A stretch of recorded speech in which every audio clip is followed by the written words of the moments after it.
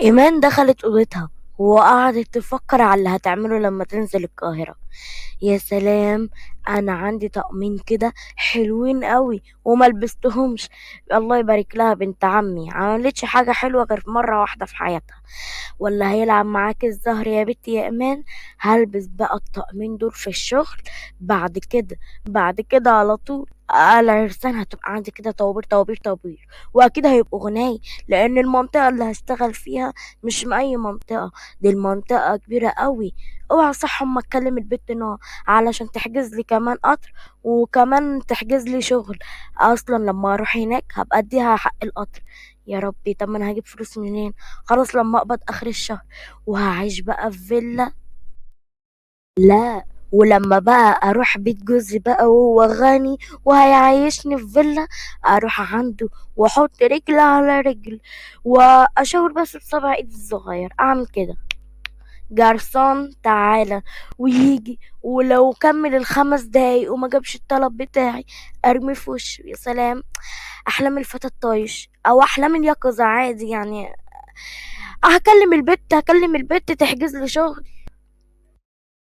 الو الو الو، ايوه انا ايوه يا نهى، ايوه انا امان. ازيك يا حبيبتي؟ ايه انت بتفقدي الذاكره ولا ايه يا بت؟ بقول لك ايه، انا اقنعت بابايا ومامتي ان انا هنزل القاهره واشتغل. احجزي لي بقى قطر واحجزي لي شغل عندك، يلا الساعه 7 لسه. ايه يا بت، في ايه؟ وكمان انا اللي هحجز لك القطر. ماشي يا ستي، هبقى اخد منك حق حجز القطر لما تقبضي المرتب كل اخر شهر. تمام. يلا بقى اقفلي، هروح اقول له. وبعدين صح، انت مالك فرحانه قوي كده ليه؟ ده الشغل هدى، في حد يفرح ان هو نزل الشغل؟ بس بصراحه كفايه انك تبص في المنطقه يعني، والعربيات رايحه وجايه كده، ولا الزباين، بيبقى ريحه البرفانات جامده يعني. بصي بقى يا ستي، بما انك عملتي معايا واجب وهتحجزي لي شغل وكمان هتحجزي لي القطر ببلاش، ليكي يا ستي عندي عريس. هصطاد لك عريس انت رخ. هجيب لك عريس برفانه بيطير للسما كده معايا كمان، ما تخافيش. ايه عريس يا ستي؟ روحي روحي بعيد عني. ايه القرف ده؟ انا اصلا رافضه فكره الجواز دي نهائي، دي حاجه مقرفه. بس بطلي هبل. هو انت لما تتجوزي كده واحد غني وعايشه في فيلا تقولي ده قرف؟ بس بطلي هبل، بس بطلي. فاتت عليا الفكره دي، انا لازم اقوم احضر اللبس دلوقتي. الشنطه الزرقاء دي جامده جدا، انا هروح بيها الشغل، وكمان هحط فيها الحاجات الاساسيات لما اروح بيها.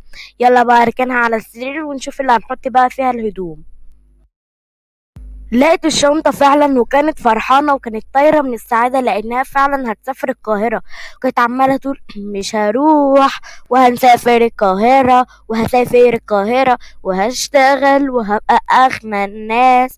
ما كانش همها كلام أبوها وأمها لما ضاع عليها، وكانت عمالة ترقص بفرحة كبيرة جدا: ويا روح القاهرة ويا روح القاهرة. هي يا ترى انا عايزه اختار اسم الشهرة. عايز ايه؟ اختار اسم غير ايمان. تحس ان ايمان قديم وفقير كده شويه. انا بكره وبعده هبقى غنيه، فلازم اختار اسم يكون لايق على الغنى اللي هبقى فيه. يا ترى اختار اسم ايه؟ ايمان يليق عليها اسم ايه؟ قيمه. حلو، اسم قيمه خلاص. انا من هنا ورايح اسم شهرتي قيمه. ايه ده التليفون بيرن. ان شاء الله هتكون بتقول على الخبر الحلو. نهى دي من يومها وشها حلو. الو، ايوه يا بنتي يا نهى. بقول لك ايه، قال لك ايه؟ قولي لي وطمنيني وفرحيني كمان، ما تخافيش لو قلت لي على الخبر حلو. ليك عندي عريس، هجيب لك عريس معايا، ما تخافيش قولي بس. يو يا امان برضك مكرره لي على فكره العريس ده. قلت لك رافضه انا فكره الجواز. هو عامه وافق انك تيجي، والقطر بكره يعني انتوا بيتكم ما بينه وما بينها، يعني انت بكره تنزلي الساعه 5 الفجر عشان خاطر القطر. ماشي يا امان؟ لا، لو سمحت، اكستيوز مي. ايه ايه معلش بس سمعهاني تاني، سمعهاني تاني. ايه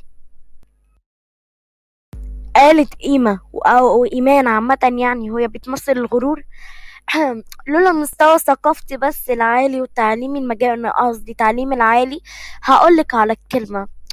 مش عارفة ايه، انت متعلمة تعليم مجاني يا بنتي؟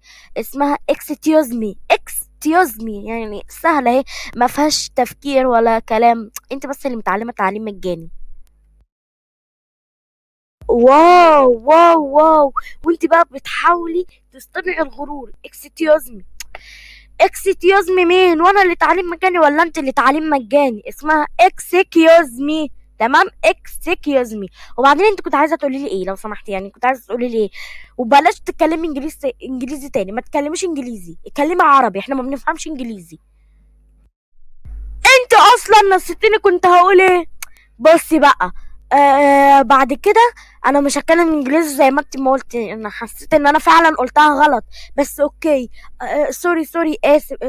مش عارفه، الانجليزي كله في بقي. يعني بجد انا بنت مثقفه، خلاص انا بقيت مثقفه. من هنا ورايح تقولي لي قيمه، تمام قيمه. تمام. اوكي. سوري قلت اوكي من غير ما اقصد. قيمه. وما تقوليش يا امان تاني، ها؟ اتعصبت منها نهى وقالت لها ايه وتقولي لي بنت مثقفه؟ ايمه؟ في حد يسمي نفسه اسمه ايمه؟ ايمه انت غاليه ولا رخيصه؟ يا بنتي انت اسمك مضحك قوي، انت لو عرفت حد اسمك هيضحك عليكي. ماشي يا ايمان، ايه حلو اسم ايمان، ماله اسم ايمان؟ وبص بقى، انا من ساعه ما انا وكلمتك وانا جالي شلل كده، شلل من كتر قعدي معاك. بصي امال لما تجيلي هتعملي فيا ايه؟ سلام يا ايمان، سلام. مش عارفة البت دي طالعة منين جهلة كده، ومستواها الثقافي مش عالي زي كده. انا هلحق انام علشان الحق ميعاد القطر. يلا بقى، وهبقى اشوف موضوع الجهل مع البت نهى دي بعدين علشان لا لازم اروح اعلمها، لازم. ونامت ايمان، نامت ايمان، وللاسف ما كانتش حاطه دعاوى ابوها وامها في بالها.